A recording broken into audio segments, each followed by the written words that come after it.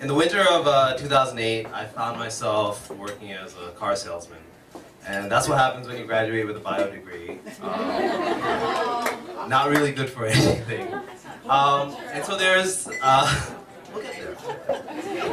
So, what do you call it? So anyway, I decided to become a car salesman. It was an easy job. And the thing is, a lot of people think that car salesmen are dirtbags. And there's only one real secret to being a good car salesman. You just have to convince people that you're not a dirtbag, and then they'll buy a car from you. And then to get even better at it, you have to do the bait and switch, where you kind of like show people what they want, and then show people what they want, and then eventually show them what they can actually afford. So one day I'm at work, a little bit of snow falling on the outside, and in walks Big John and JJ. And Big John is a longshoreman from Bayonne, New Jersey. And if you guys don't know what a longshoreman is, they're the guys that like load cargo ships and take the cargo off and put it on the docks. And they're like huge dudes. And Big John is like occupying the entire dealership. He's enormous. And then meanwhile, there's JJ, John Jr., who should be called Little John because he's this like wiry little dude. And Big John just comes up to me. He's like, "Hey, it's my son. Just turned 17. I want to buy him a car." I was like, "All right, that's cool." He's like, and then he goes and sits down and stares at a wall. And I was like, "Okay." And I'm like, "Is there anything else?" And he's like, "No, you can go sell him a car." And then he goes back to staring at the wall. So I take JJ and we go out for a test drives, and I test drive him in like a bunch of cars. And we start out with Civics and go to Accords, and they go to like Honda S2000s, and then he tells me what he can afford, and we go back to the Civics. And I start to like learn a little bit more about this guy. Like, he's starting senior year of high school, and he's a really good guy. He's gotten straight A's all his life. Saved up like $8 grand in the past 2 years so he could buy a car, and his dad is paying for the other half. And I was like, that's really impressive. I mean, I'm an adult right now, and I can't even save that much money in 2 years. And so we go test driving, and then I ask him, like, he's not really feeling that enthusiastic. I'm like, JJ, anything I can help you with? And he's like, no, I'm just, I'm not really feeling this. I'm like, so what's her name? And he's like, what do you mean? I'm like, the girl that you want this car for. And he's like, oh, her name's Melanie. I'm like, all right, what does Melanie want? He's like, I don't know. I was like, does Melanie know you're alive? He's like, no. I was like, all right. So in the back of the lot, we have this Acura RSX. It's like this nice little small silver car, stick shift. And I was like, you know what, this is the car. Like, it ran great, it looked great. And when I show it to him, JJ gets like really excited. I'm like, all right, this is the car for him. And we go for a test drive. We turn on the car.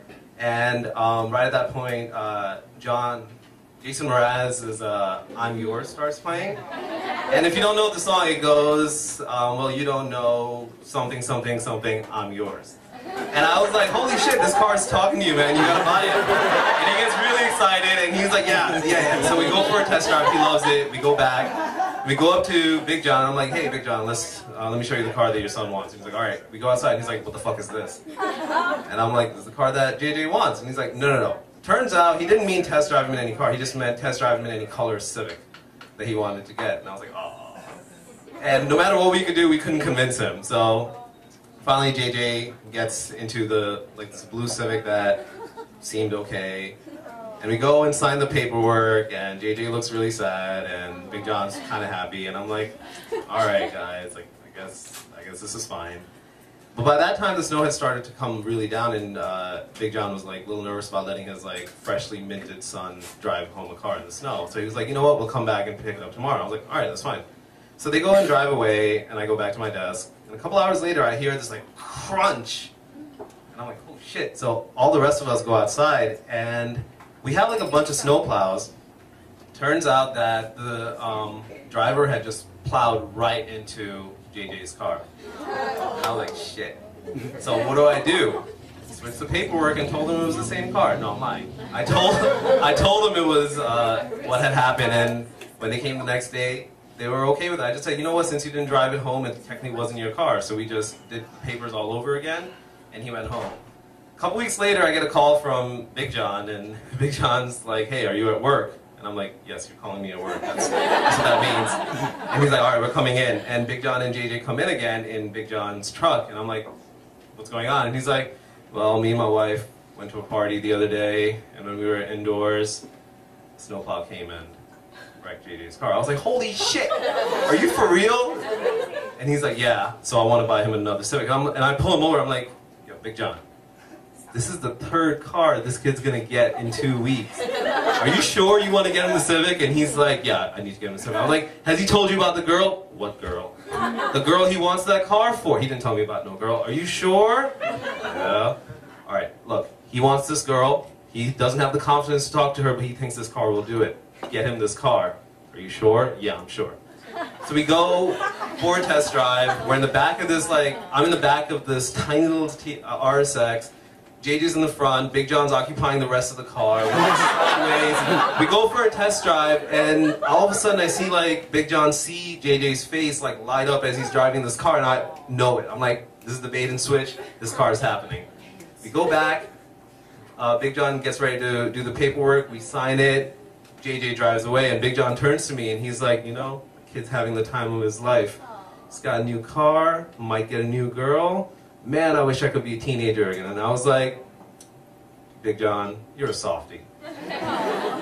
Epilogue to this. So last year, I was finishing school, because I went back, obviously, and I went back to the dealership, and I still kept in touch with him, and my manager shows me a save the date. He's like, hey, this came in the mail for you. Yeah. It was Big John and JJ, I mean, it was JJ and Melanie's wedding, actually. And I actually went 3 months ago to it, and at the wedding, it was beautiful. And they asked me, like, so how do you know the couple? And they had the RSX, like, still there with the just married on it. No paint cans or whatever, because that's how you break windows. And I was like, I sold them that car. I made this shit happen. So, I might not be the best salesman out there, but if you want to get married,